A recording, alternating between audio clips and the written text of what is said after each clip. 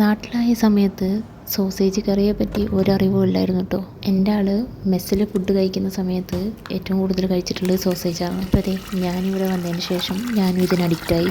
നാട്ടിലെ സോയാബീൻ എന്ന് പറയുന്ന പോലെ പാവങ്ങളുടെ ചിക്കനാണ് ഇതിവിടെ. ഞങ്ങൾക്ക് ചിക്കൻ കറീനോട് വല്ലാണ്ട് ക്രേവിങ്സ് ഉണ്ടാകുമ്പോൾ ഈ കറി കഴിക്കുമ്പം അങ്ങ് സെറ്റാവും. എല്ലാ ഫുഡ് ഐറ്റംസിനും ഓരോ നെഗറ്റീവ് ഉണ്ടെന്ന് പറയുന്ന പോലെ ഇവിടെ ജീവിക്കുന്ന ഒരുപാട് പേർ തന്നെ ഇത് കഴിക്കുന്നത് നല്ലതല്ലെന്നും ഒരുപാട് കാലം സ്റ്റോർഡ് ആണെന്നും പറയും. ഇവിടെ എല്ലാവരും പർച്ചേസ് ചെയ്യുന്ന അഫോർഡബിൾ പ്രൈസിൽ കിട്ടുന്ന ഫ്രോസൺ ചിക്കൻ വരെ 1 ഇയർ ആണ് എക്സ്പയറി ഡേറ്റ് ഇട്ടേക്കുന്നത്. നമുക്ക് എന്തും കഴിക്കാം, എല്ലാം ആവശ്യത്തിനായാൽ മതി എന്ന് മാത്രം. നാട്ടിൽ നിന്ന് വന്നപ്പം എനിക്ക് ഈ കറി ഉണ്ടാക്കാനൊന്നും അറിയില്ലായിരുന്നു. ഇവിടെ ജീവിക്കുന്ന ഭൂരിഭാഗം ആൾക്കാരും സ്വന്തം കാര്യത്തിൽ കഴിവ് തെളിയിച്ചവരായിരിക്കും. സ്വന്തമായിട്ട് കുക്ക് ചെയ്യാനും സ്വന്തമായിട്ട് കാര്യങ്ങൾ നോക്കാനും അറിയുന്നവരായിരിക്കും. ഇതിവിടെ പറഞ്ഞത് എൻ്റെ ആളാണ് എനിക്കിതെങ്ങനെയാണ് കുക്ക് ചെയ്യേണ്ടതെന്ന് പറഞ്ഞു തന്നെ. സോസേജ് നന്നായിട്ട് ഡ്രൈ ആയിട്ട് ഫ്രൈ ചെയ്യണം, ഇല്ലെങ്കിൽ കറി കഴിക്കുമ്പോൾ നമുക്ക് അത്രയ്ക്ക് ടേസ്റ്റ് അങ്ങ് തോന്നില്ല.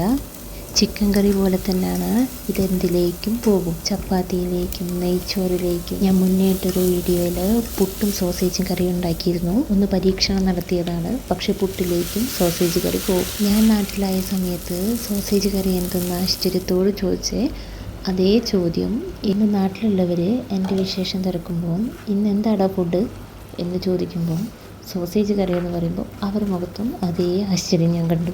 ഞാൻ കേട്ട സമയത്തൊന്നും നമ്മുടെ നാട്ടിലുണ്ടോയെന്ന് എനിക്കറിയില്ല. പക്ഷേ ഇപ്പം ഹൈപ്പർ മാർക്കറ്റിലെല്ലാം നമുക്ക് നാട്ടിൽ നിന്ന് മേടിക്കാൻ കിട്ടുന്നുണ്ട്. നിങ്ങളിതൊന്ന് ട്രൈ ചെയ്ത് നോക്കണേ.